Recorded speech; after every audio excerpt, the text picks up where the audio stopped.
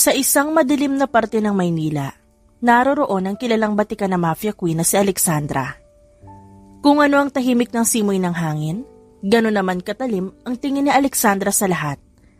Tahimik itong nakatayo sa isang bakanteng pabrika na bagsakan ng iba't ibang iligal na gawain. Kabilang naroon ang pagbebenta ng mga armas na kahit kailan hindi na mataan ng gobyerno, kahit pa na nasa publiko silang lugar. Sandali pa, at naglakad ang isang lalaki palapit kay Alexandra. Hawak nito ang baril na katulad ng iba'y nagmamatsyag din sa paligid. Miss Alexandra, may gagawing transaksyon bukas na umaga. Binaling na Alexandra ang malamig na tingin sa lalaki na si Jarin. Sa tingin mo ba, wala akong utak para di ko malaman ang bagay na yan? Di ka talaga nag-iisip? Pasensya na po. Gusto ko lang ipaalam baka kasi ay... Kung iniisip mo na mauutakan tayo ng mga bago kong kasosyo sa negosyo, nagkakamali ka. Pinapagana ko ang utak ko. Hindi katulad nyo, mga walang silbi. Singhal ni Alexandra. At walang lingon na tinalikuran ng lalaki. Sa katunayan, hindi naman ganito ang tunay na pag-uugali niya. Nasanay na lang din siya dahil sa iyo nang tinuro sa kanya ng kanyang ama bago ito pumanaw. Hindi niya dapat ipakita ang kahinaan niya. Lalong-lalo na pagdating sa mga kasosyo niya sa negosyo. Tuso ang mga ito, kaya't wala siyang tiwala sa kahit sino man, maliban sa kanyang sarili. Kompleto na ang mga yan? Usisa niya nang mapadaan sa isang grupo ng tauhan na abala sa paglalagay ng mga droga sa bagahe. Yes po ma'am, nihahanda na lang po namin para bukas. Pagbibigay alam ng isa na naroon. Good. Siguraduhin nyo na kaayon ang plano sa lahat, okay? Utos niya at walang bakas ng emosyon sa kanya muka. Nagpatuloy si Alexandra sa paglalakad habang inililibot ang tingin sa buong pabrika. Ang lahat ay nasa ayos, gano'n na rin ang iba pa mga tauhan at trabahador. Lahat ng mga ito kumikilos at hindi nagsasayang ng oras. Matapos ikasa ang baril, inilagay yun ni Yani sa suot na jacket at lumapit kay Alexandra. Naabala sa pagmamatsyag. Nakaset up na ang lahat, Alexandra. Nakausap ko na rin ang mga tauhan bago pa man sumapit ang umaga. Matagal na natin ginagawa ang bagay na yan, kaya dapat lang. Well anyway, kompleto na ba lahat ng mga armas? Tanong ni Alexandra dito. Oo, sinigurado ko na magiging masaya at perpekto ang mangyayari bukas. Kilala kita. Alam kong ayaw mo sa palyadong plano. Si Yani ang nag-iisang tao na malapit kay Alexandra. Lumaki ito kasama si Alex matapos na magkasabay mamatay ang kanilang ama sa gitna ng laban. Sa madaling salita, tauhan ng ama ni Alexandra si Castillo na ama naman ni Yani. At dahil pareho na rin silang ulila, mas ninais ni Yani na makipagsanib puwersa kay Alex at naging tulay ito upang maging malapit sila sa isa't isa. Yani. Tila nagising naman si Yani sa malalim na iniisip nang marinig ang boses ng kaibigan. Katulad ng dati, nakafix na naman ang mukha nito. Dinaig pa ni Alexandra ang pinaglihis sa sama ng loob. Mabuti na lang at amo niya ito at matalik na kaibigan. Yun nga lang hanggang ngayon, wala pa ring nobyo. Kinuha ni Yani ang isang pakete ng sigarilyo sa kanyang bulsa at lighter bago ito sinindihan. Oh, magyosi ka muna. Para naman lumamig kahit paano yung ulo mo. Kulang na lang, makakapagtimpla na ako ng kape. Para kang takore kung kumulo ang dugo. Nagawa mo pa manigarilyo sa lagay niyan? Hindi na ako magugulat kung pagising ko bangkay ka na. Seryosong sabi ni Alexandra habang nakatingin kay Yani na bumuga ng usok mula sa bibig nito. Bangkay ka dyan. Tignan mo nga itong ganda ko, kung pang bangkay, palibhasa. Hindi mo alam ang definition na maganda. Lahat na lang ata ng tao sa'yo pagdating sa'yo pangit at masama. Pagtatanggol ni Yani sa sarili. Pero alam naman niyang may punto na si Alexandra. Kung tutuusin payat nga siya pero sakto lang naman yun at bumagay sa kanya. Ikaw, sabi mo eh. Pagsuko ni Alexandra at pinagpatuloy ang paglalakad. Aligaga namang sumunod si Yani dito at nagtanong. Pero hindi nga, seryoso, kailan mo babalak mag-asawa? Kailangan ba nun? Balik tanong ni Alex. Haba syempre, ano gusto mo? Mamatay ka na hindi mo lang naranasan na makarating sa paraiso? Kawawa ka naman kung ganun. Sandaling napatigil si Alexandra nang sabihin nito ni Yani nang pumasok sa kanyang isipan ng lalaki na isang beses niyang nakaniig. 5 taon na ang nakakalipas, klaro pa rin sa isip niya ang gabi na yon, kung saan niya una at huling beses na binigay ang sarili sa isang lalaki. Biro lang, ikaw talaga, hirap mong pasayahin. Siya, babalik na ako sa pwesto ko. Ani Yani nang mapansin ang sandaling pananahimik ni Alexandra, ni hindi na nga nito napansin ang pag-alis niya. At ilang oras pa pagkatapos noon, nakita niya na lang itong umalis ng pabrika. Sumakay si Alexandra sa loob ng kanyang kotse at mabilis itong pinatakbo matapos buhayin ng makina. Hindi nagtagal at nakarating din siya agad sa mansyon kung saan siya nakatira. Nang masilayan ng mga katulong na papasok na si Alexandra sa loob, sabay-sabay itong lumapit at sumalubong sa babae. Magandang gabi po, ma'am. Diretso lang ng lakad si Alexandra. Kahit pagtapo ng tingin sa mga kasambahay, hindi niya ginawa. Tahimik lang nitong tinahak ang pasilyo, papunta sa isang malawak na silid. Halos nagliwanag naman ang mata ni Austin nang masilayan siya. Mommy! Dahil sa lakas ng boses ni Austin, nagising ang diwa ng 2 pa nitong kapatid na lalaki na nasa 4 na taong gulang. Doon lamang sumilay ang matamis ng ngiti sa labi ni Alexandra. Lumuhod siya upang magpantay sila nito at sinalubong ng yakap ang anak bago isa-isang hinalikan ang noo ng mga ito. Nagising ko ba kayo, baby? Malambing ang tono ng boses ni Alexandra. Malayo sa Alexandra na kilala ng lahat. Okay lang po yan, mommy. Kanina ka pa naman po namin hinihintay. Nakatulog na nga po si Hendrix eh. Masigla na kwento ni Austin na ilang segundo ang tanda sa 2 kapatid, binuhat niya ang 2 at nilagay sa magkabila niyang hita. Nang makaupo siya sa paahan ng kama, habang si Ollie naman nakasakay sa kanyang likuran. Katulad ng nakasanayan, kinakantahan niya ang kanyang triplets. Ang triplets ang naging bunga ng isang gabing pakikipagniig niya sa isang estrangherong lalaki noon. Pero hindi naman niya pinagsisihan ang nangyari. Kahit na minsan pasaway at makulit ang mga ito, malaki ang pasasalamat niya dahil simula nang dumating ang triplets sa buhay niya, nagkaroon ng kulay ang madilim niyang mundo. Kinabukasan, dumating ang oras ng kasunduan para sa kanilang transaksyon sa isang malaking kasosyo. Tahimik ang paligid, ngunit ramdam ni Alexandra ang tensyon sa hangin. Kasama ang kanyang mga tauhan, maingat nilang iniinspeksyon ang bawat detalye ng kasunduan. Pero sa gitna ng negosasyon, biglang may nag-echo na putok ng baril sa paligid. Nalinti ka na! Sigaw ni Alexandra at mabilis siyang nagtago sa likod ng isang sirasirang pader. Kinuha niya ang kanyang baril at agad na bumira pabalik. Sumugod siya sa barilan ng walang takot. Sanay siya sa ganitong laban bilang isang mafia queen. Hindi na bago sa kanyang ganitong sitwasyon. Ngunit sa dami ng kalaban, alam niyang nalalagasan na ang kanyang mga tauhan. Ang kanyang mga bala ay isa-isang nagpapabagsak sa mga kalabang sumusugod, pero hindi niya mabilang kung gaano pa karaming natitira. Kaya naman napilitan siya sumakay ng kotse at magmaneho. Agad naman siyang hinabol ng mga kalaban na iwan doon ng iba pa kasama na doon si Yani. Habang humaharurot siya sa kalsada, hindi pa rin siya tinatantanan ng mga kalabang humahabol mula sa likod. Kaya naman habang nagmamaneho, ang isang kamay niya hawak pa rin ang baril at nagpapaputok mula sa bintana ng kotse. Paliko-liko sila sa kalsadang bako-bako, palapit ng palapit sa bangin sa bingit ng kamatayan. Shit! Hindi na ako makakaikot pa! Bulong niya sa sarili, nang biglang sumabog ang isang gulong, nawala na siya ng kontrol sa sasakyan.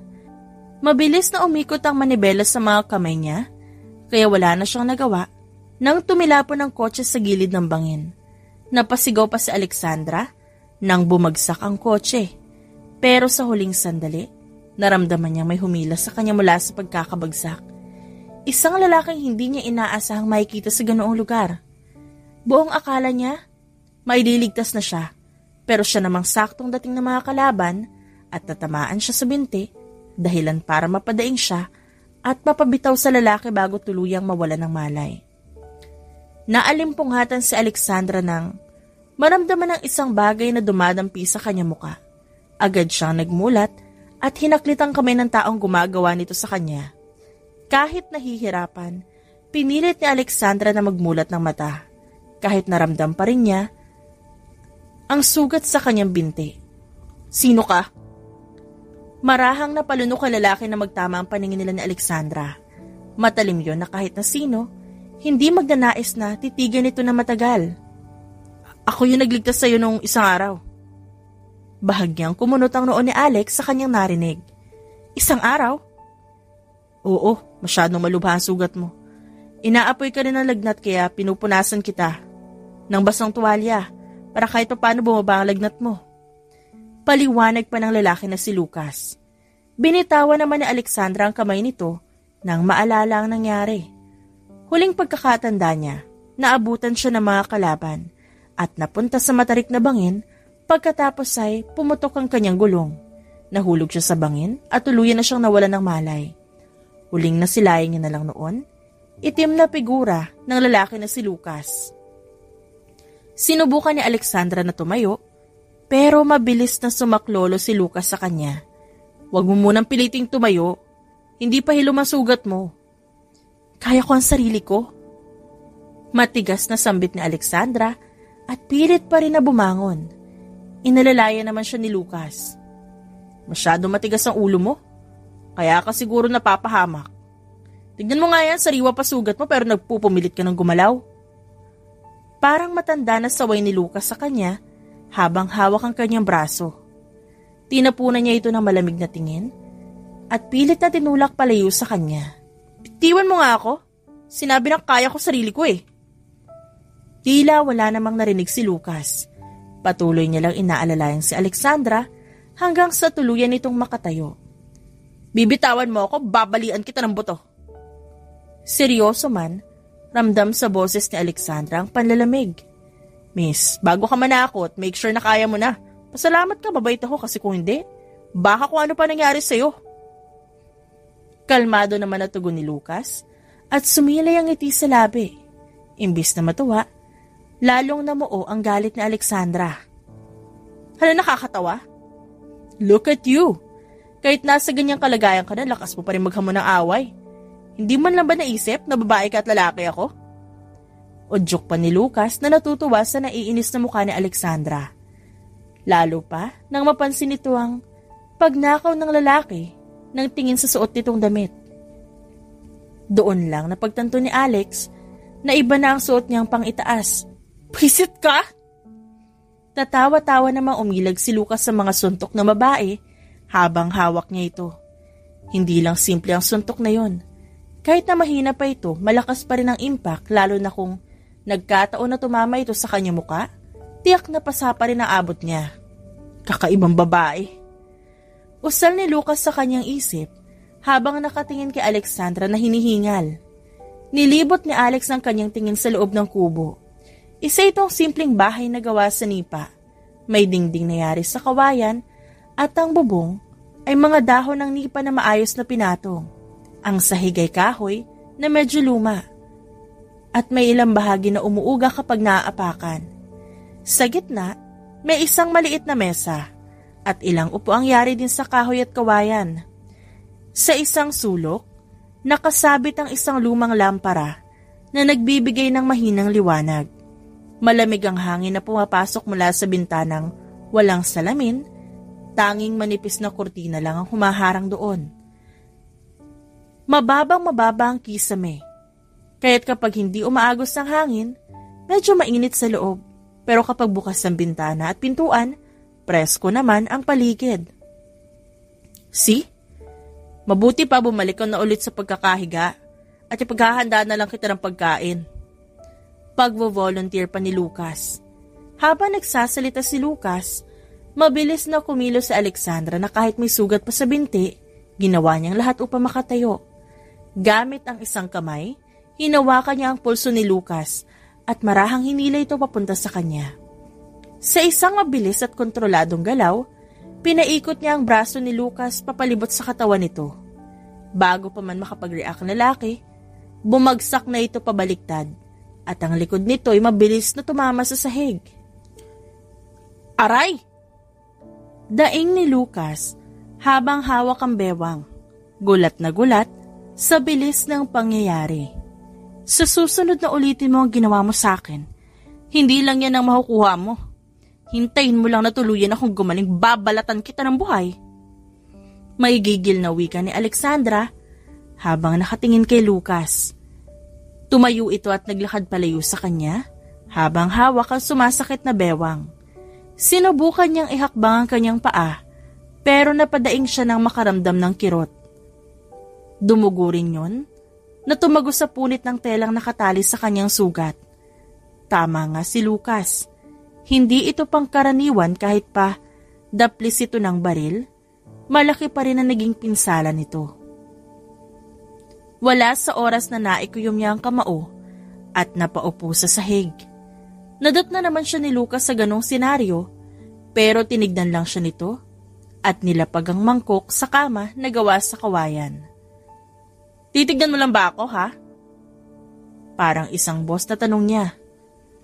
Nagdekwatro si Lucas at binalatan ng saging na saba na bagong laga. Bakit hindi? Ikaw na rin nagsabi na kaya mo sarili mo, di ba? Patay ka talaga sa akin. Sinasabi ko sa'yo. Pinilit ni Alexandra na tumayo pero katulad kanina nahihirapan siya. Lalo lang din nagdugo ang kanyang sugat. Bumuntong hininga siya at tumingin sa lalaking nasa harapan na prenting nakaupo habang enjoy na enjoy sa kinakain nitong saging na nilaga. Umiwas siya ng tingin nang mapansin itong nakatingin to sa gawin niya. Gusto mo ba? Hindi siya sumagot pero naramdaman niya ang pagkulo ng kanyang tiyan. Senyales na gutom na rin siya. Tumayo si Lucas at naglakad palapit kay Alexandra pagkatapos walang pasabi na binuhat ito na parang bagong kasal. Huwag ka nang maginarte. Wala ka sa lugar mo. At kung gusto mo mabuhay, matuto kang makisama. Wika ni Lucas pero tila nabingi siya bigla. Nakatingin lang siya sa makinis na mukha nito habang nakakapit siya sa leeg nito. Napansin niya ang peklat nito sa bandang batok. Lucas. Pabulong niyang sambit na ikinatigil ng lalaki. Kilala mo ko? Usisa nito na nagtataka. Hindi. Naisip ko lang na baka yun ang pangalan mo. Nauutal na sabi ni Alexandra at umiwas ng tingin. Para siyang naputulan ng sungay. Kakaiba ka talagang babae. Huwag mo sabihing manghuhula ka rin. Biro ni Lucas at dahan-dahang inilapag si Alexandra sa papag na kawayan. Umiwas naman si Alexandra ng sandaling magkadikit ang balat nila. Naglapit ng bahagya ang kanilang muka at naramdaman niya ang hininga nito. Nang makalayo si Lucas, inalis nito ang tela na nakatali sa binti niya bago nilinisan yon at pinalitan ng bago. May kung anong dahon nitong nilagay doon na hindi niya mawari kung ano. Basta ang tingin niya lang nasa mukha ng lalaki. Ako si Alexandra. Pagpapakilala niya. Ngumiti naman si Lucas sa tumango.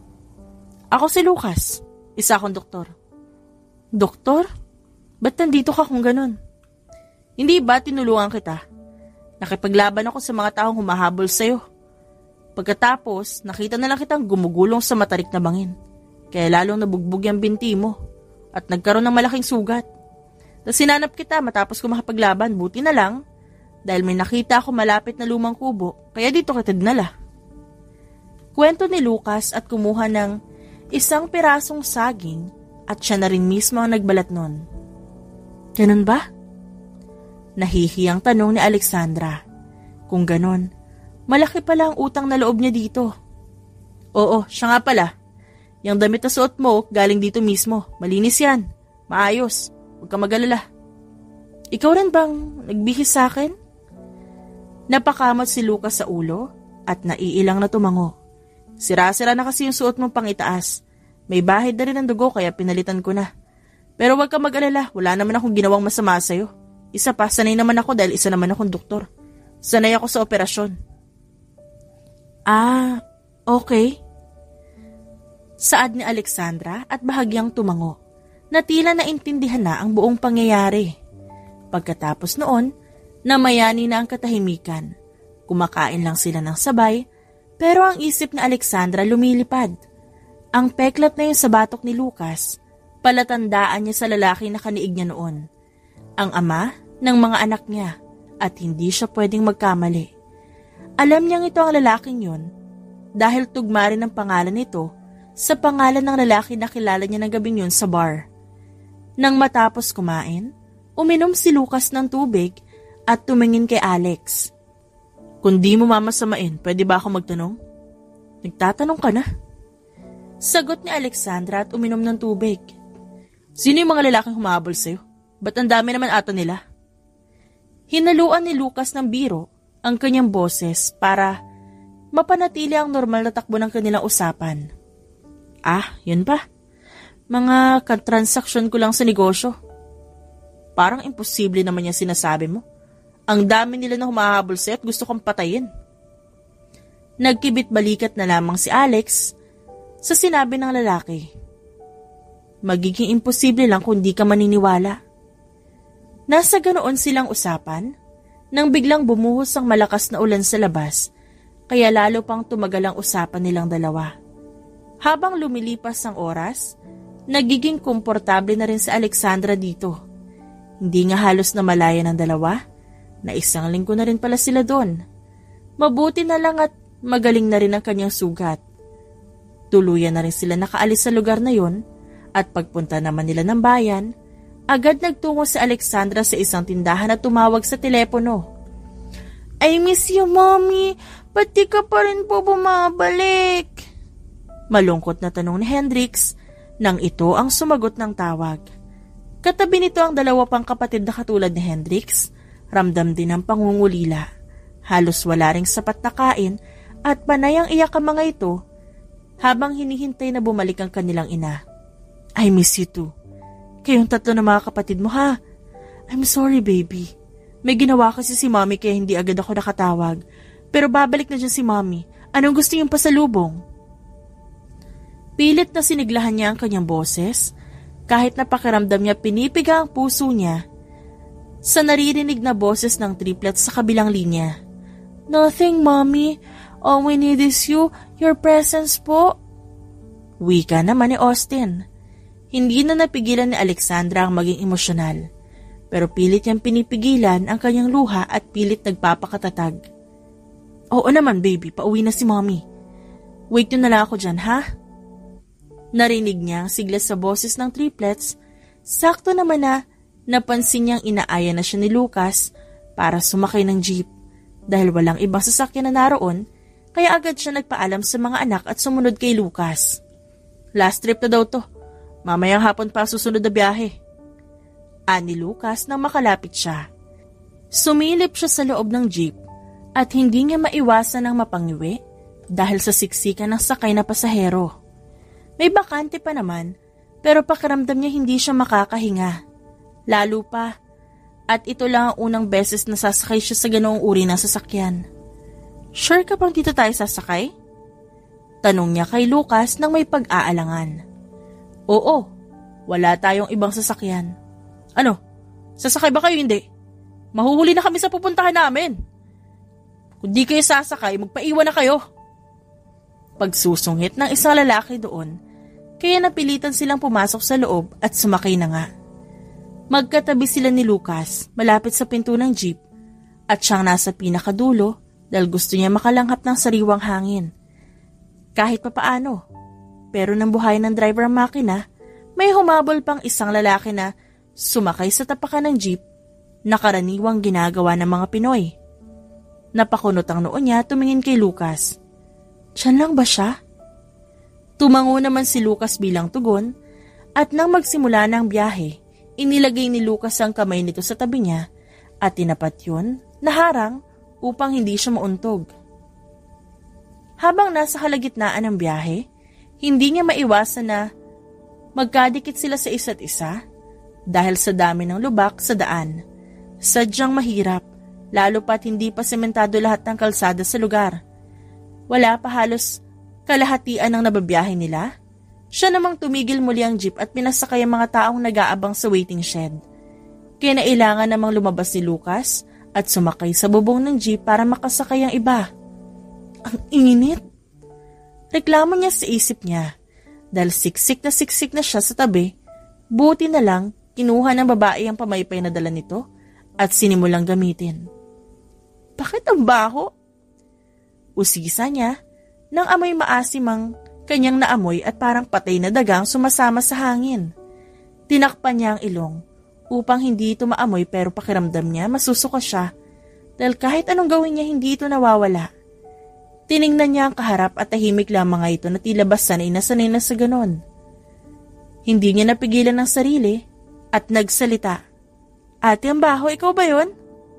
Walang pakundangan niyang tanong sa katabi na ikinatigil naman ito sa pagpapaypay. Tama nga siya dahil kahit papaano nabawasan na nakakasulasok na amoy nang tumigil ito. Hindi rin basta sa bibig mo, no? Bagong salta ka lang ba dito, miss? Nakataas ang manipis na kilay nitong tanong. Hindi siya sumagot at tinignan ng bandang kilikili ng suot nitong damit. Napansin niya na basa na rin, halos ang suot nito, lalo na sa parting kilikili. Kinapa niya ang bulsa at kinuha ang 1,000 piso roon na galing kay Lucas dahil ito lang daw ang cash na dala nito. O ate, bili ka ng pang-alis ng amoy sa kilikili. Akala niya matutuwa ang babae dahil sa inabot niya ang pera. Pero namula ang buong mukha nito sa galit. Sinasabi mo bang amoy putok ako, ha? Sinubukan niyang alisin ang kamay sa ilong pero hindi niya talaga kaya ang amoy. Mahiya ka naman sa paligid mo, ate. Grabe, ang lakas at ang tapang ng amoy mo. Pagkasabi niya noon, bigla siyang sinugod nito. Pero agad naman niyang nahawakan ng mahigpit ang kamay nito bago pa dumampi ang kamay nito sa hibla ng kanyang buhok. Kung ano-anong masasamang salita ang lumabas sa bibig nito. Pero hindi siya nagpatalo doon. Nalalo nitong kinainis dahil nanatili lamang siyang kalmado at walang pake. Habang inaawat ito na ibang sakay sa jeep, sa huli, sa bubong siya sumakay katabi ni Lucas. Grabe! Hindi mo naman sinabi na parang may katabing pinaksiwan na bango sa loob. Saad ni Alexandra na tinawanan ni Lucas. Palabiro ka talaga, halika. Kumapit ka sa bakal para hindi ka mahulog. Hindi sumunod si Alexandra. Hinayaan na lang niya umandar ang jeep habang nag-uusap sila. E di, subukan mong umupo sa loob para malaman mo. Mas gusto ko pa parang nasa lata ng sardinas ako habang nakikipagsiksikan kaysa umupo doon sa tabi ng babae. My God, I cannot take it. Nagpatuloy ang kwentuhan nila habang nakasakay sa bubong ng jeep pa uwi. Mas gusto ni Alexandra ang nasa bubong dahil presko at hindi mainit dahil umaga pa at di pa masyadong maalinsangan. Alam mo, mas gusto ko pang dito na lang sa bubong eh. Mas okay pa to, fresh air, kesa makipagsiksikan sa loob at maamoy yung putok ng babaeng yun. Pero paano pag umulan? Mas pipiliin ko pa mabasa ng ulan kesa malublob sa pawis na mga kasama ko sa loob. At least dito walang amoy pawis, no? Okay, team rooftop tayo. Mas masaya dito. Sakto, para pag biglang preno, diretso tayo sa langit. Hirit ni Alexandra habang natatawa at kinabig ang kamay sa bakal. Hindi naman maiwasan ni Lucas ang mabighani sa angking ganda ni Alexandra. Doon lang niya nakita na sumilay ang ngiti nito sa labi. Dahil sa loob ng 1 linggo nila na magkasama, hindi niya ito nakitaan ng masayang ekspresyon. Nagpatuloy ang masayang kwentuhan nila habang dumadaan ang jeep sa kalsada at kanilang ini-enjoy ang hangin at kalayaan mula sa init ng loob ng jeep. Inabot sila ng 3 oras sa biyahe dahil sa layo. Nang makarating sa bayan, nag-alok si Lucas na ihatid si Alexandra pero mabilis siyang tumanggi at umuwing mag-isa. Ngunit nakainggulat ni Alex pagdating niya sa bahay. Sinabi ng katulong na may bisita siya at nang lumabas siya, naabutan niya si Lucas. Ang mansyon ni Alexandra ay malaki at elegante. Sa harapan, makikita ang malawak na hardin na puno ng bulaklak at halaman. Ang malaking bahay, may matataas na haligi at magarbong disenyo. Pagpasok sa loob, mapapansin ang maluwag na sala na may mataas na kisame at magagandang chandelier na nagbibigay liwanag sa buong paligid. Ang mga ito ay gawa sa magandang klase ng kahoy at ang sofa komportable na pinalamutian ng makukulay na unan. Ang mga dingding may paintings at ang mga bintana ay may malalaking kurtina na nagpapapasok ng natural na liwanag. Ang dining area naman, malapit sa kusina na may malaking lamesa para sa maraming tao. Ang kusina ay moderno at kumpleto sa mga gamit. Sa likurang bahagi ng bahay, may malaking hardin na may swimming pool at mga lugar na para sa pagpapahinga sa labas. Nang makita ni Lucas si Alexandra, nakaligo na ito at nakasuot ng hapit na damit. Dahil hindi niya inaasahan ang bisita, nagulat si Alexandra nang makita si Lucas sa kanyang bahay. "Lucas, paano mo nalaman ang address ko?" "Sinundan kita." Sagot ni Lucas na may ngiti sa labi. "Nakita ko kung saan ka pumunta kanina kaya tinuloy ko na lang dito." Sa bawat takbang na ginagawa nila, ramdam niya ang kaba. Lalo pa nang matanaw niya ang triplets na nag-aantay sa balcony. "May mga alaga ka pala dito?" Segunda ni Lucas na palaging may ngiti sa labi. Nang tuluyan siya makapunta sa balcony, sinalubong sila ng triplets na hawak ang kani-kanilang laruan. Katulad niya, hilig din ng mga ito ang paghawak ng baril. Maliban kay Ollie, na madalas seryoso at libro ang kaharap. Bahagyang lumuhod si Lucas upang magpantay sila ng mga bata. "Ba, pogi naman ang mga batang to." "Hello po." Bibo na bati ni Hendrix at walang pasabing yumakap kay Lucas. Pipigilan pa sana ito ni Alexandra, nang ganun din ang ginawa ni Austin at masayang nagpabuhat dito. Habang si Ollie naman, nakatingin lang sa dalawang kapatid na halatang nahihiya pa. Lumapit dun si Lucas at sandaling kinausap si Ollie. Magaan ang loob ng mga ito sa isa't isa na parabang nabuo ang puzzle na matagal na nilang hinahanap.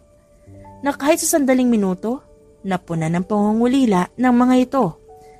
Nasa ganong pangyayari sila nang tawagin siya ng triplets para makipaglaro sa mga ito na labis pinagtaka ni Lucas.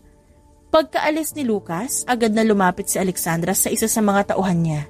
Si Ramon, ang isa sa pinagkakatiwalaan niyang hitman. "Ramon, sundan mo si Lucas.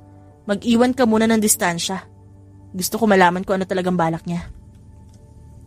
Tumango si Ramon, walang imik at mabilis na umalis at sinunod ang utos niya. Pagkatapos huminga siya ng malalim. Binalot ng kalituhan ang kanyang isip. Hindi siya mapakali.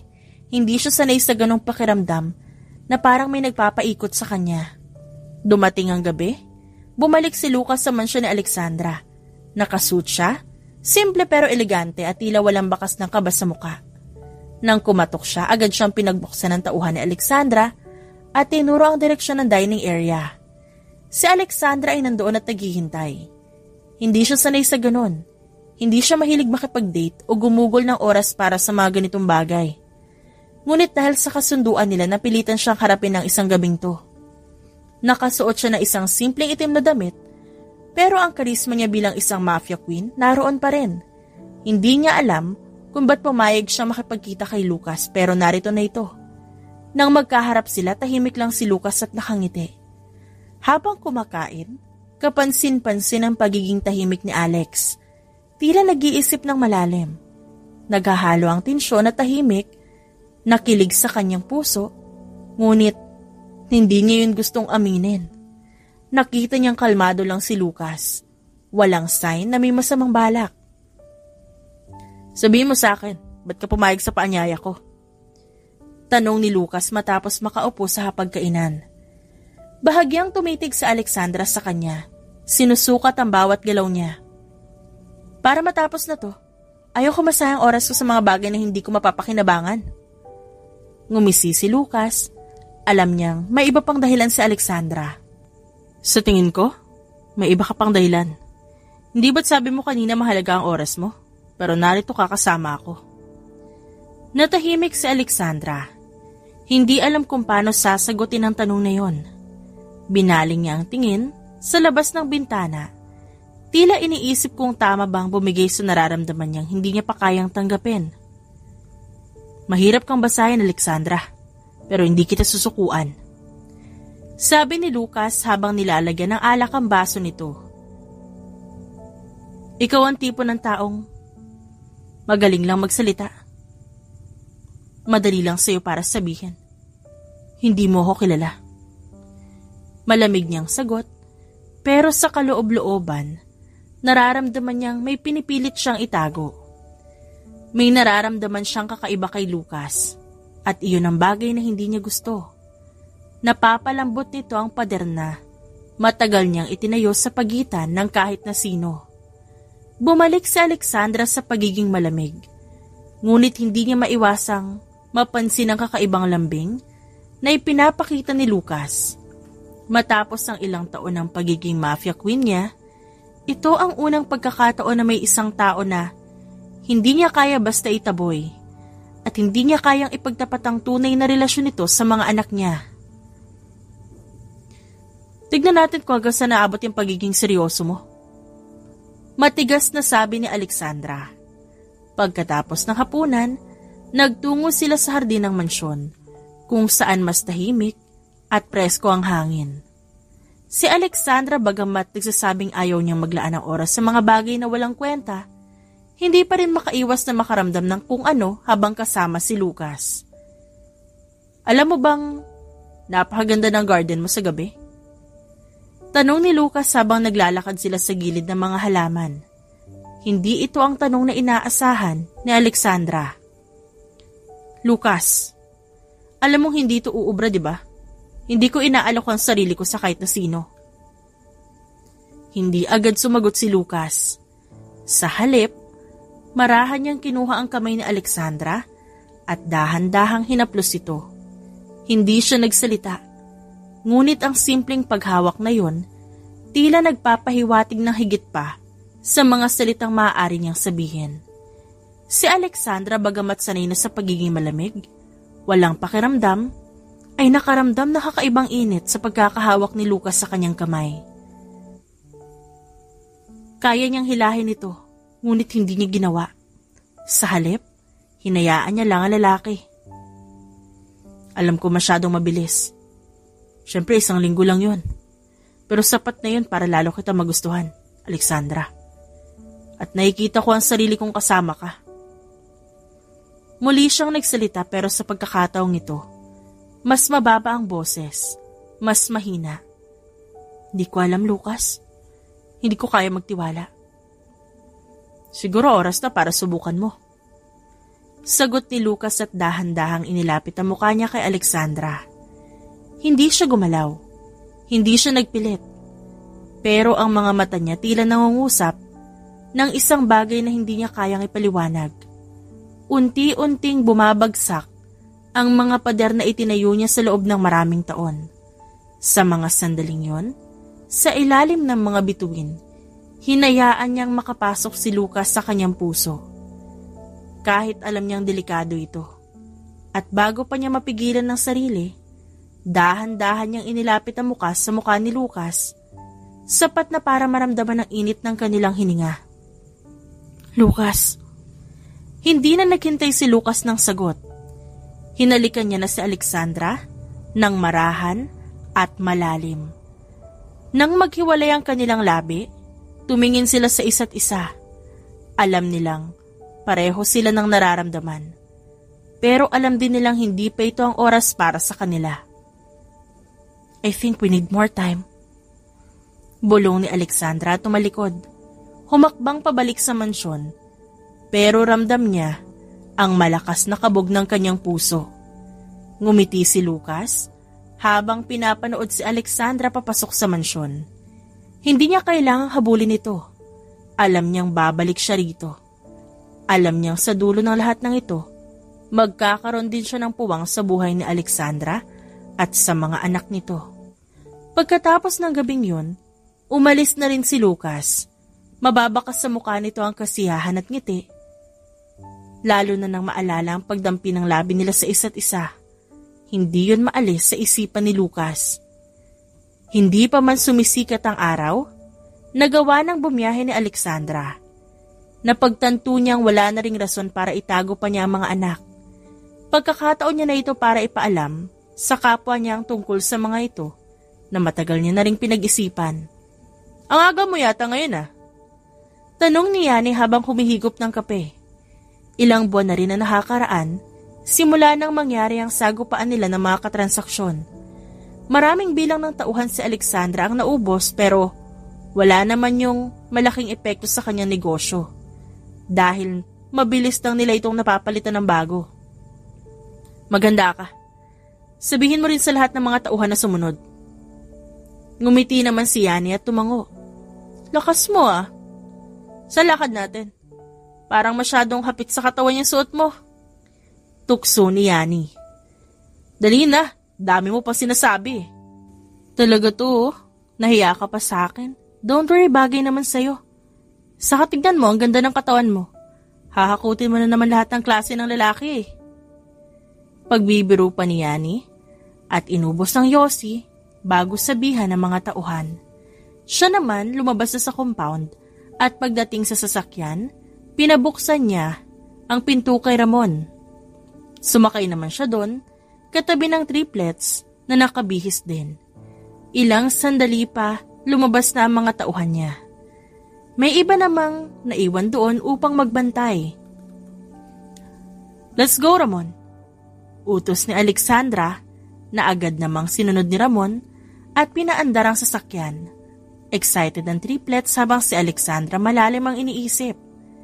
Ilang malaking revelasyon na magaganap ngayong araw. Nang namataan ni Alexandra na malapit na sila, inayos niya ang suot. Hinayaan niya ang sarili na maging kalmado at huwag bigyan ng pansin ang mga tauhan niya na naroon sa field malapit sa compound. Kanina pa kinakate ang bibig ni Yani para tanungin si Alexandra kung kaano-ano nito ang triplets at bakit ito nagsama ng mga bata sa ganon kadelikadong lugar, kahit pa siya ang may kontrol sa mga ito. Leo.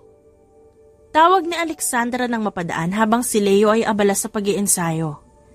Kinagulat naman ito ni Leo ngunit agading nakabawi at nagbigay galang kay Alexandra. Sandali naman niyang iniwan ang anak sa mga tauhan niya at hinayaang panoorin siya ng mga ito. Nakasuot siya ng isang simpleng itim na sleeveless na damit habang ang buhok niya ay mahigpit na nakatali at ang mga kamay niya nakabenda para sa sparring. Nang sumenya si Ramon upang simulan ng laban, mabilis na umikot si Alexandra. Si Leo ang unang umatake. Isang mabilis na suntok sa kaliwa, pero mabilis din itong naiwasan ni Alexandra at ginamit ang isang tuhod bago malakas na sinipa sa tiyan si Leo na nagpabagsak dito ng bahagya. Ano, yan lang ba ang kaya mo? Mabilis na bumalik si Leo at sumugod ulit, pero si Alexandra ay parang anino. Hindi mahuli-huli, hindi matamaan. Isang suntok sa panga ang ginawa ni Alexandra at isang malakas na sipa sa tagiliran. At bago pa makaganti ang lalaki, nahawakan na niya ang braso nito at iniharap ito sa sahig. Bumagsak si Leo. Hirap makahinga. Tumayo si Alexandra at tinanggal ang mga benda sa kamay. Tandaan mo, hindi palaging lakas ang kailangan. Ang utak at bilis ang tunay na sandata. Pagkatapos nun, narinig nila ang malakas na palakpakan. Si Leo naman, itinayo ni Alexandra na hindi man lang pinawisan sa ginawa. Pagkatapos tuluyan na itong nagtungo sa field kung saan may nakalaan doon na pwesto para sa kanya. Is that a playground po? Tanong ni Austin at tinuro ang malaking space sa baba na nagmistulang oval sa sobrang lawak. Isang ngiti lang ang itinugo ni Alexandra sa tanong ng anak. Isa-isa niyang kinuha ang headphones at sinuot sa mga ito. Binigyan niya ang triplets ng pagkain at mga laruan na pwede nitong pagkaabalahan. Hindi naman nabigo si Alexandra at doon nga napunta ang atensyon ng mga anak niya. Kasunod naman noon ang pagpasok ng isang babae na mugto ang mga mata upang bigyan ng kaparusahan sa ginawa nitong pagkalas sa grupo. Bago pa man pumanig ang mga ito sa kanila, ito na ang kanilang pinakamahigpit na bilin sa mga ito. Na oras makapasok na ang mga ito sa loob, at malaman ng mga ito ang tungkol dito, hindi na sila maaaring kumalas pa. Maliban na lang kung may isang magsasakripisyo. Walang kurap na pinanood lang ni Alexandra kung paano magmakaawa ang babae sa harapan nila habang dinadaing ang sakit ng malalakas na hampas nito sa likod. Isa si Alexandra sa gumawa ng patakaran na yon at hindi yun dapat suwayin ng kahit na sino. Doble ang parusa na natanggap ng babae matapos nitong sumuway sa patakaran sa pagbabalak na tumiwalag sa kanilang grupo at subukan na ilantad sa opisyal ng pulis ang tungkol sa kanila. Did all of you enjoy the food? Pagbaling ni Alexandra ng tingin sa mga anak niya na abala sa paglalaro. Narinig naman ni Alexandra ang isang malakas na putok ng baril na umalingaw-ngaw sa buong paligid at biglang pagtahimik ng lahat. Maswerte ang babae kung makakaligtas pa ito at may pag-asa pa siya mabuhay matapos matamo ang lahat ng yon. Pero sa dami na ng naparusahan, ni isa, wala pang nakagawang makaligtas. Kaya't alam niyang isa lamang ang ibig sabihin nito. Inalis ni Alexandra ang headphones ng triplets pagkatapos ay pinatayo ang mga ito sa kinauupuan. Nakita sila ng lahat ng mga naroroon. Nakita niya ang pagpunas sa dugong nasa sahig at pagbuhat ng walang buhay na babae sa isang sulok na para bang walang nangyari. Doon ay nagsimulang i-announce ni Alexandra ang tungkol sa triplets. Ibinunyag niya na anak niya ang mga ito at ang mga ito ang susunod na uupo sa pwesto niya pagdating ng araw. Halos lahat nagulat pero alam niyang darating ang panahon na malalaman din ng mga ito ang sikreto niya sapagkat may hangganan ng lahat ng sikreto. Walang sikreto ang hindi nabubunyag. Dumiretso muna tayo sa mansyon, Ramon. Masyado napagod ang mga bata. Utos ni Alexandra kaya mabilis na nag-U-turn si Ramon patungo sa mansyon.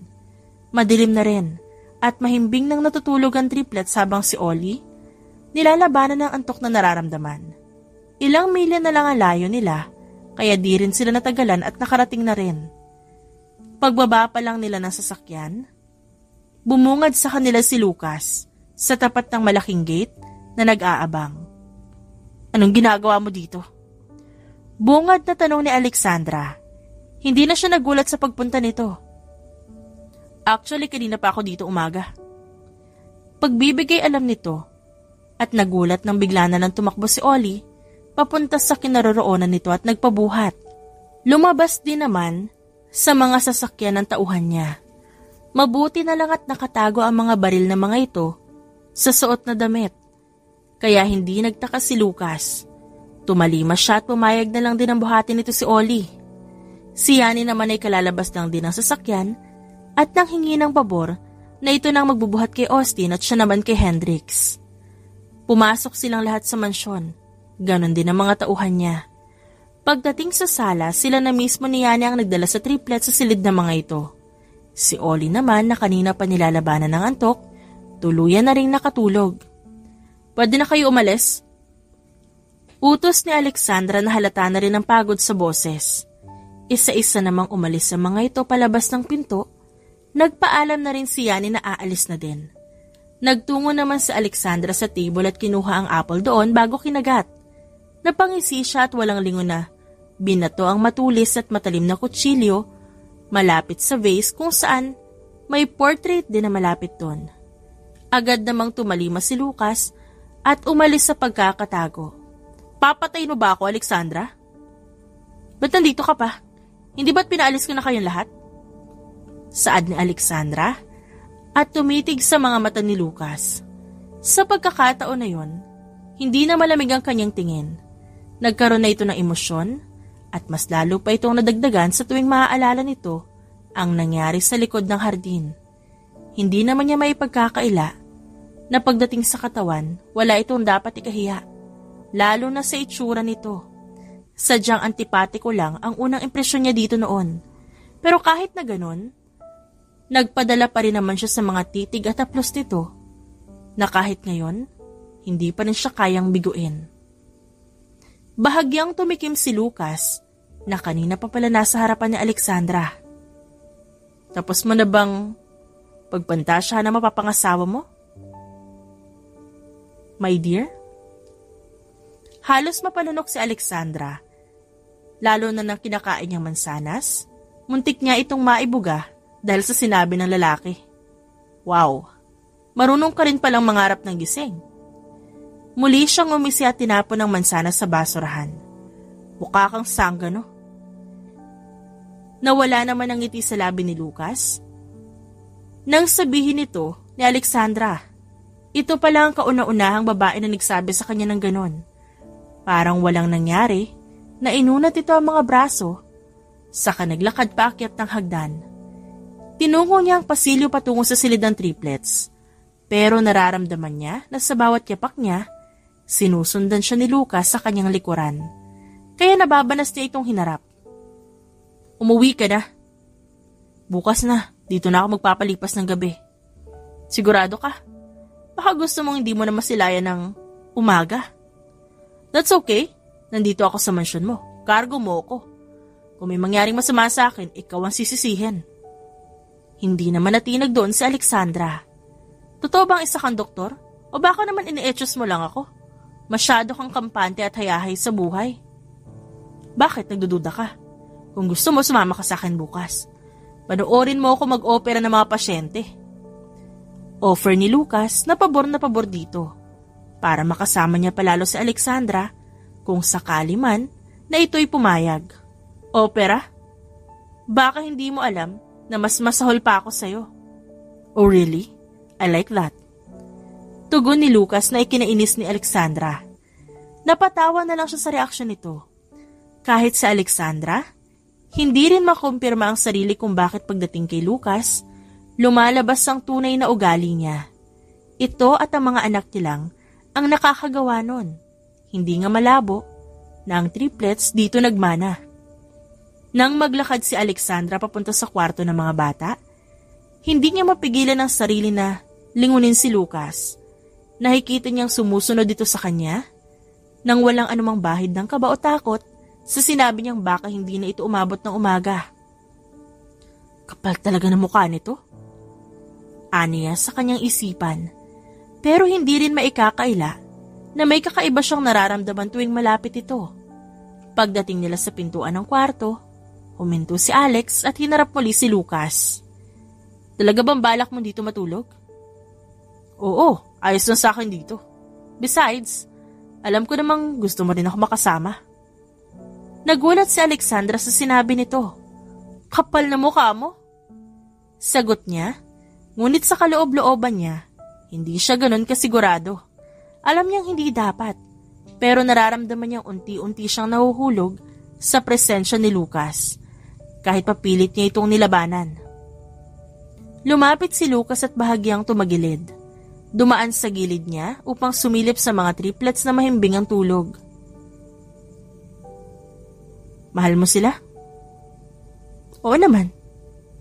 Sagot ni Alexandra. Nagugulat siya na mas naging totoo siya kay Lucas kesa kanino man.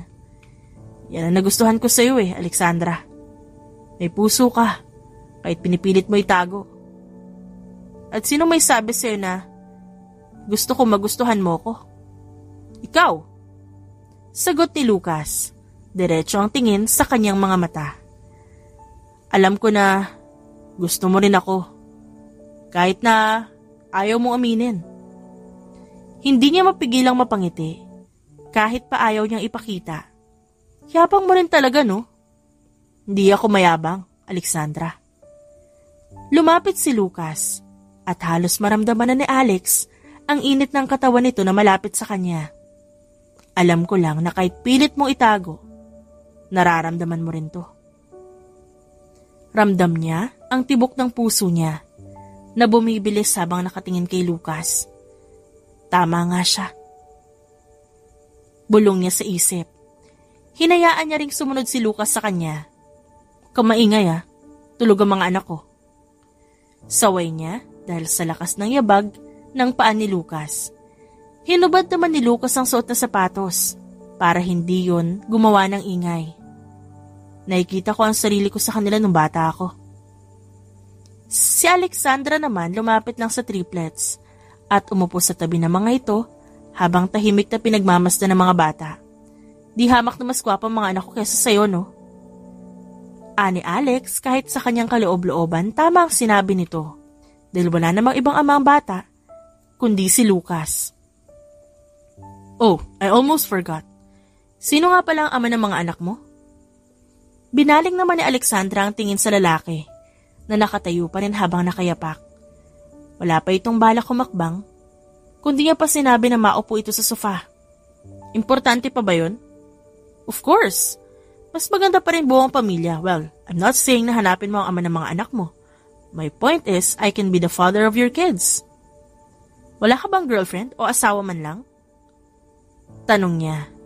Palaisipan sa kanya na sa ilang taon na lumipas, wala pa rin itong nakakapareha. Tatangkain ko ba naman na kausapin ka kung meron? Basta, hindi na importante kung may anak ka man o wala sa ibang lalaki. Di naman yun basehan para magbago ang pagtingin ko sa'yo. Sasagot pa sana si Alexandra nang pinikit ni Lucas sa mga mata at sinabing matutulog na ito. Masyado raw ito napagod sa paghihintay buong maghapon. Lumalalim na ang gabi at nanatiling dilat ang mga mata ni Alex. Taimtim niya lang na pinagmamasdan ng triplets at ang ama ng mga anak niya. Ganito pala ang pakiramdam na buo ang pamilya. Pero hanggang ngayon, hindi niya pa rin alam kung paano sasabihin kay Lucas ang totoo o kung itatago niya na lang ba muna ito. Araw yun ang Sabado at kasalukuyang nakasakay sila sa sasakyan kasama si Lucas sa triplets pauwi sa kanyang mansyon. Halos hindi na mabilang sa daliri ni Alexandra kung ilang beses ba sa isang linggo niya nakakasama si Lucas dahil halos palagi itong nakabuntot sa kanila. Palagay na rin ang loob ng triplets kay Lucas at gano'n na rin naman siya sa binata. Pero hanggang ngayon, wala pa rin alam ito na ito ang ama ng mga bata. Jarin, may problema ba? Usisa ni Alexandra dahil napapansin niya kanina pa ito balisa. Ito kasi ang driver ng sasakyan na sinasakyan nila. Imbes na sumagot, makahulugan lang na tumingin si Jarin kay Alexandra. Namistulan namang nakuha nito ang ibig sabihin. Mabuti na lang at nasa tabi siya malapit sa bintana. Kaya pa simple siyang sumilip doon at doon nga napansin niya ang itim na sasakyan na kanina pa nakasunod sa kanila. Kinuha naman ni Alexandra ang baril sa dala niyang bag na agad napansin ni Lucas. Itabi mo yan, baka sa akin mo maiputok yung baril. Unti-unting binilisan ni Jarin ang pagmamaneho habang si Alexandra tinakluban ng triplets na mahimbing na natutulog. Mukhang kanina pa sila nakasunod sa atin. Naghahanap lang ng tiyempo. Bigla namang nakaramdam ng kaba si Lucas. Hindi kayo matodas tayong lahat? Matutodas ka talaga kung hindi ka kikilos. Ani Alexandra matapos hagisan to ni Jarin ng baril. Ngunit pagharap ni Jarin sa unahan ng kalsada, isang motorsiklo ang humarang sa kanila at mabilis na nagpaputok. Agad na padapa sila Alexandra sa mabilis na pag-atake. Bago mabilis pinaandar ni Jarin ang sasakyan. Si Alexandra naman, binasag ang bintana dahil ayaw nitong mabuksan pagkatapos makipagsabayan ng putok ng baril sa mga kalaban pero mukhang na-corner sila. Tawagan mo sila. Utos ni Alexandra at mabilis na lumiban sa passenger seat at doon pumesto upang magpaputok. Si Lucas naman, inalalayan ng triplets upang hindi ito malaglag pero alerto kung sakali mang paulanan sila ng bala sa loob. May palakol ka ba dyang dala? Tanong ni Alexandra matapos lagyan ng bala ang baril. Wala. Anong gagawin mo sa palakol? Iuuntog ko sa ulo mo. Pwede? Inis na tugon ni Alex. Dahil nasa kalagitnaan na sila ng peligro, naggagawa pa rin itong maging kalmado. Si Jarin naman pansamantalang binitawan ng manibela at buong lakas sinipa ang salamin sa unahan at pinaputokan yon. Nang mabasag, mabilis din itong hinawakan ng manibela nang makalabas doon si Alexandra. Walang takot na gumapang si Alex doon palabas habang nakikipagpalitan ng bala sa mga kalaban. Dumaan pa ang isang motorsiklo sa tabi kaya agad na tumalon doon si Alexandra at nakipag-agawan dito ng baril. Babalian kita ng buto. Gusto mo? Anas ni Alexandra at buong lakas na sinipa ang lalaking nakasuot ng maskara habang nakadagan sa kanya at pilit na nakikipaglaban. Kinapa naman ni Alexandra ang kanyang gilid sa kadinamputang may kalakihang bato at hinampas yun sa ulo ng lalaki bago malakas na sinipa ito at inagawang baril mula rito sa kabinarilang lalaki nakasakay sa motorsiklo na akmang lalapit sa kanya, ngunit agad namang bumulagta. Hindi pa man nakakabawi, nasilaw siya sa liwanag ng sasakyang papalapit sa kanya, kaya agad siyang tumambling bago pa man tumilapon sa kalsada. Sa kabilang banda nakipagswap si Jarin upang paputukan din ang kalaban na patuloy na humahabol sa kanila. Pero nang mapansin ang motorsiklo na babangga sa kotse, kung saan naroon ang triplets, mabilis binitawan ni Lucas ang manibela at pinaputukan ng mga ito ng baril. "Babangga tayo!" Sigaw ni Jarin at tumalon sa sasakyan nang mapansin ang malaking bato sa unahan. Mabilis pa sa 4:00 na lumipat si Lucas sa backseat at hinarangan ng triplets. Mabuti na lang at hindi ganun kalakas ang pagkakabangga ng kotse. Kaya hindi sila masyadong nasugatan, maliban na lang sa ulo ni Lucas na napatama na naging sanhi ng pagdurugo nito kasabay ng pagising ng mga bata. "No, sabi ni Mama bawal tayo umawak ng baril." Saway ni Hendrik sa kapatid na si Austin. Hindi naman sumagot si Austin at tinutok ang baril kahit nanginginig ang kamay sa lalaking malapit sa kanila at pinaputukan yun. Agad inagaw ni Lucas ang baril at kahit kumikirot ang ulo, binuksan niya ang pinto ng sasakyan na nagsisimula ng umusok at inilabas doon si Hendrix at Ollie. Si Austin naman, nakaalalay habang nilalabas ang kapatid nito. Pero aksidenteng napasabit ang damit ni Ollie sa nakasiwang na parte ng sasakyan kaya napunit ito. Doon napansin ni Lucas ang balat sa likod nito na katulad ng sa kanya. Mabilis na kumabog ang puso niya at tinignan din ang kay Hendrix at meron din to. Imposible. "Kuya Austin!" Sigaw naman ni Hendrix nang bumulusok sa sasakyan ang malakas na apoy. Sandaling natigilan si Lucas habang nakatingin kay Austin na pilit tinatakpan ng ilong upang hindi makalanghap ng usok. Habang nakatingin sa kanya, "Papa!" Nauutal na sambit nito at bago pa man masabugan si Austin ang sasakyan, mabilis sa mga hakbang na lumapit siya doon at hinila ang bata kasabay ng malakas na pagsabog. "Papa!" Tanging salita na sinasambit ni Austin nang madala ito ni Lucas sa tabi ng kanyang mga kambal. Mula sa gawin naman nila, nakita ni Lucas kung paano mag-alala si Alexandra. Halos salubungin na nito ang bala, makalapit lang sa gawin nila. "Ang babaeng yun." Sambit ni Lucas at napakuyom ang kamao. Bakit hindi niya napansin na ito ang babaeng nakaniig niya? 5 taon ang nakakalipas. At ang triplets na nasa harapan niya, walang iba kundi ang kanyang mga anak. Nasa ganoong realisasyon si Lucas nang marinig ang pamilyar na boses. Si Dante ang kanang kamay ng kanyang ama nun. "O Lucas, buhay ka pa rin pala? Paano mo naatim na mabuhay matapos mong takasan ng obligasyon na iniwan ng ama mo sa'yo?" "Tigilan mo na ako. Hindi ko gusto ang madilim na mundo na yun. Hindi ko kaya sikmurain ang ginagawa ng tatay ko." "Ha? Sana naintindihan mo yun, Dante. Swerte ka pa rin. Dahil kung hindi nagkataon, walang balay itong baril, tiyak naliligo ka na ngayon sa sarili mong dugo." Tinapon ni Dante ang baril. "Pero malas mo. Dahil palagi ako may dalang reserba." Ngumisi si Dante at kinuha ang baril sa kaliwang bewang nito. Ramdam ni Lucas ang bigat ng kanyang paghinga at paghigpit sa hawak niyang baril. Si Alexandra naman, hingal na lumapit sa triplets at niyakap ang mga ito habang si Jarin abala sa pakikipaglaban.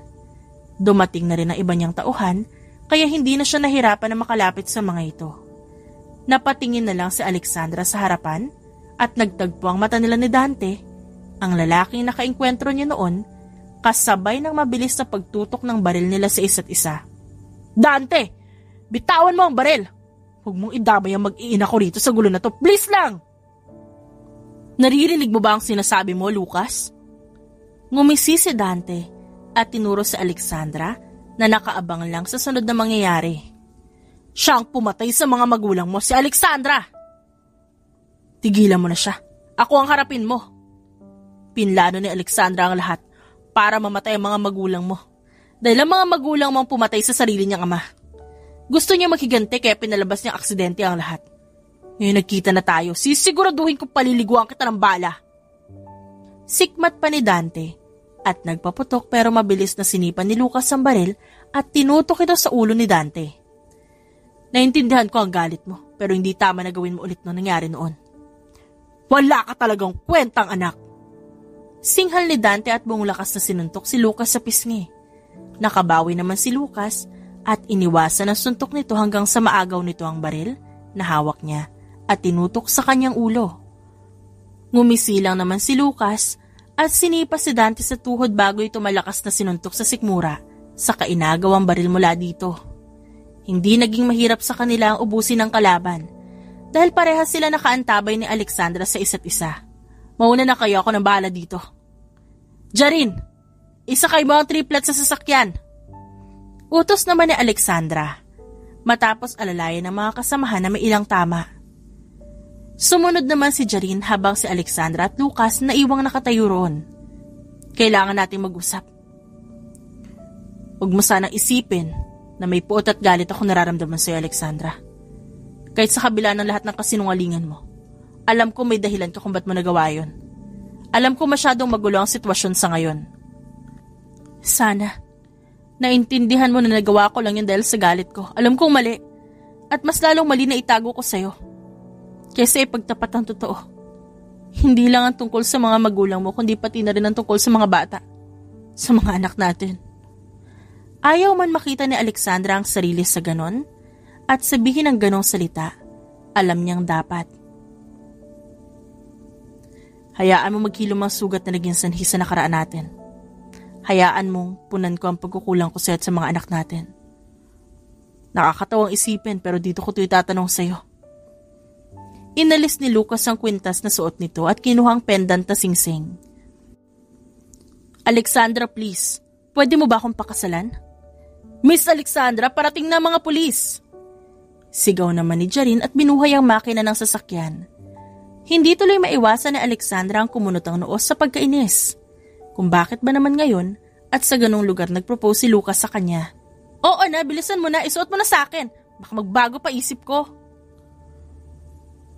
Tugon ni Alexandra na nakakunot pa rin ang noo. Ngumiti naman si Lucas at sinuot kay Alexandra ang singsing. Kailan mo ba ako balak pakasalan? Tanong ni Alex. Kung pwede ngayon gagawin ko. Ngumisi naman si Alexandra at nagsalita. Sige, sabi mo yan ha. Sadista talaga tong si Alex. Sambit niya ni habang umiiling-iling at nanonood sa nangyayari. Napatawan na lamang si Jarin at nakipag-appear sa triplets na tuwang-tuwa habang nakatingin kay Alexandra na nakaalalay kay Lucas na walang malay. Nang makapasok sa loob, isinakay ni Alexandra si Lucas sa loob, saka sila umalis, bago pa man sila abutan ng pulis. Ba't mo pinatulog? Papakasalan daw ako ngayong gabi. Masyado mabagal kumilos, nainip ako kaya ako na lang magdadala sa kanya sa altar.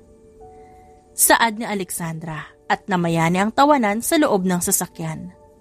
Sa sobrang bilis ng paglipas ng panahon, hindi na nila namalayan na higit 2 taon na palang lumipas.